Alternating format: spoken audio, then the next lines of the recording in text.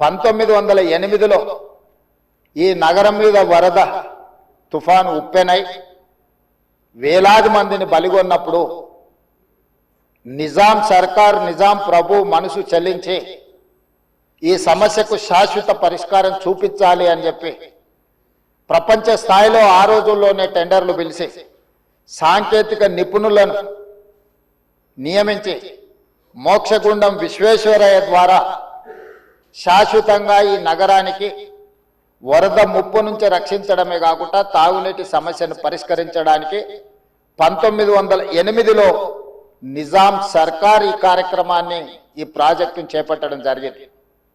1921-22కు ఉస్మాన్ సాగర్ హిమాయత్ సాగర్ ప్రాజెక్టులను నిర్మించి ఈ రోజుకు 105 సంవత్సరాలైన ఈ పట్టణం నగరం మహానగరంగా విస్తరించిన 105 సంవత్సరాల క్రితం నిజాం ప్రభు నిర్మించిన ఉస్మాన్ సాగర్ హిమాయత్ సాగరే హైదరాబాద్ ప్రజల యొక్క దాహార్తిని ప్రజలకు పాపులర్గా గండిపేట నీళ్ళు అని తెలుసు. హైదరాబాద్కి ఎవరైనా వచ్చి కొంచెం హుషారైతే గండిపేట నీళ్లు అడ్డట్టున్నాయని అంటుంటారు మనోళ్ళు పెద్దలు. అంటే గండిపేట నీళ్లలో వికారాబాద్ నుంచి వచ్చే నీళ్ళల్లో ఒక గొప్ప మహత్వం ఉంది.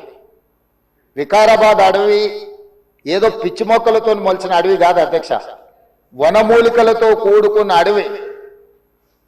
వఖారాబాద్ కా హవా లాఖోం కా దవా, అంతేనా అధ్యక్ష?